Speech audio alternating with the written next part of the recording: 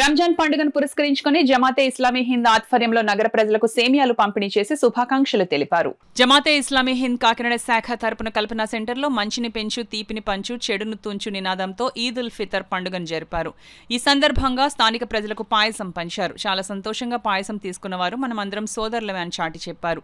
మానవులంతా ఒకటే, మనందరి దేవుడు ఒక్కడే, దైవభీతితో జీవితం గడపాలని, ప్రపంచంలో చేసుకున్న కర్మలకు తీర్పు దినాన జవాబు చెప్పుకోవాల్సి ఉంటుందని జమాతే ఇస్లాం హింద్ కాకినాడ అధ్యక్షుడు రహంతుల్లా షరీఫ్ తెలిపారు.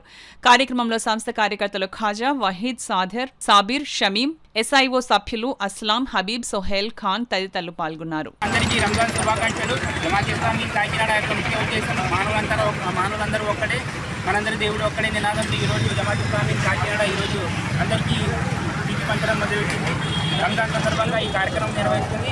సో సోదరులు అందరూ వచ్చి మాతో పాటు మీరు కూడా సమానంగా ఈ తీపిని పంచిపెట్టండి. మా యొక్క నినాదం ఒక్కటే, మనందరి దేవుడు ఒక్కడే, మనందరూ సమానమే. Thank you very much.